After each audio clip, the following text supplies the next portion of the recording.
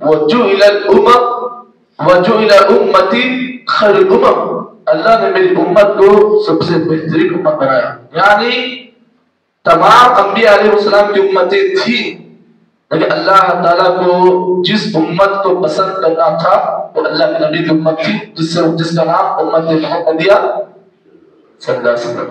پتہ یہ چلا یہ 5 کوالٹیز ایسی ہیں جو اللہ کے نبی سے پہلے کسی نبی کو آج تک نہیں دی گئی.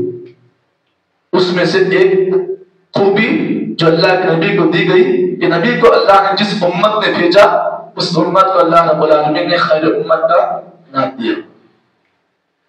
اسی وجہ سے یہودی ہم سے چیرتے ہیں، نفرت کرتے ہیں ہم سے، کیوں؟ اس لیے کہ ان کے پاس اللہ تعالیٰ نے ایسا ویسا نبی نہیں بھیجا، بلکہ ان کے پاس اللہ تعالیٰ نے انبیاء کے امام کو بھیجا جس کا نام محمد صلی اللہ علیہ وسلم.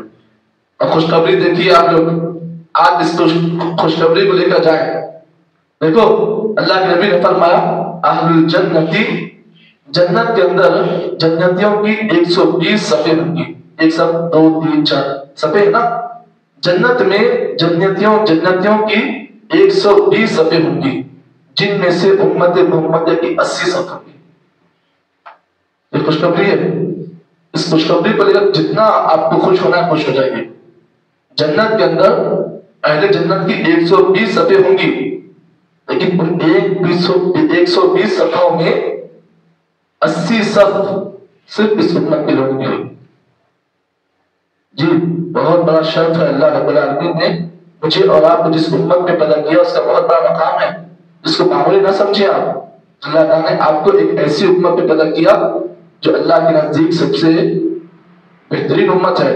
اور یہاں پر ایک اور بات آپ کو میں بتا دوں کہ اللہ رب العالمین نے ہمیں اور آپ کو اس دنیا میں سب سے اخیر میں بھیجا، لیکن اللہ تعالیٰ نے ہم سے پہلے کئی قوموں کو پیدا کیا. ہم سے پہلے یہودی آئے، نصرانی آئے اور بہت سارے قومیں آئے، لیکن ہم سب سے بعد میں آئے. اللہ نے ہمیں اس دنیا میں سب سے بعد میں بھیجا، لیکن اس بات کو جان لو، اس بات کا لکھ لو، جنت میں سب سے پہلے جو قوم جائے گی یہ امت محمدیہ. جنت میں سب سے پہلے جانے والی قوم ہے تو امت محمدیہ، بہت بڑا مقام ہے. اس لیے اللہ تعالیٰ نے اس امت کو کیا لقب دیا؟ کنتم خیر امہ، دیکھو تم سب سے بہترین امت ہو. یہ تمام جو میں نے اس امت کے فضائل بیان کیے یہ اسی وقت ہم پر اور آپ پر مفید ہو سکتے ہیں جب ہم یہ 3 کام کریں گے. لوگوں کو نیکی کا حکم دیں، برائی سے روکیں، طاقت جتنی آتی ہے روکیں. برائی سے آپ لوگوں کو روکیں، اچھائی کا حکم دیں، اور تیسری چیز اللہ پر ایمان لائیں. اگر یہ 3 کام آپ نے نہیں کیے تو جتنی فضیلتیں میں نے بیان کی اس میں سے ایک بھی فضیلت آپ کو نہیں ملے گی. جی یہ 3 کام آپ کو کرنا ہے تبھی جا کر آپ بہترین امت بن سکتے ہو. اگر آپ نے ان تینوں میں سے کوئی بھی کام نہیں کیا، خالی دعوے کر رہے ہیں ہاں ہم خیر امت ہے، نہیں، دعووں سے نہیں چلے گا. آپ کو پریکٹیکل کرنا پڑے گا، اور پریکٹیکل یہ چیزیں ہیں جو اللہ رب العالمین نے سورہ آل عمران کی آیت میں بیان کی ہے. تو یہ تھی اس آیت پر مکمل تفسیر جو آپ کے سامنے میں نے پیش کی ہے. اللہ سے دعا ہے کہ اللہ تعالیٰ مجھے اور آپ کو جتنی باتیں اس آیت کی روشنی میں پیش کی گئی اللہ سب پر عمل توفیق عطا فرمائے. سبحان اللہ وبحمدہ، سبحان اللہ وبحمدہ، اشہد ان لا الہ الا انت، استغفرک واتوب الیک.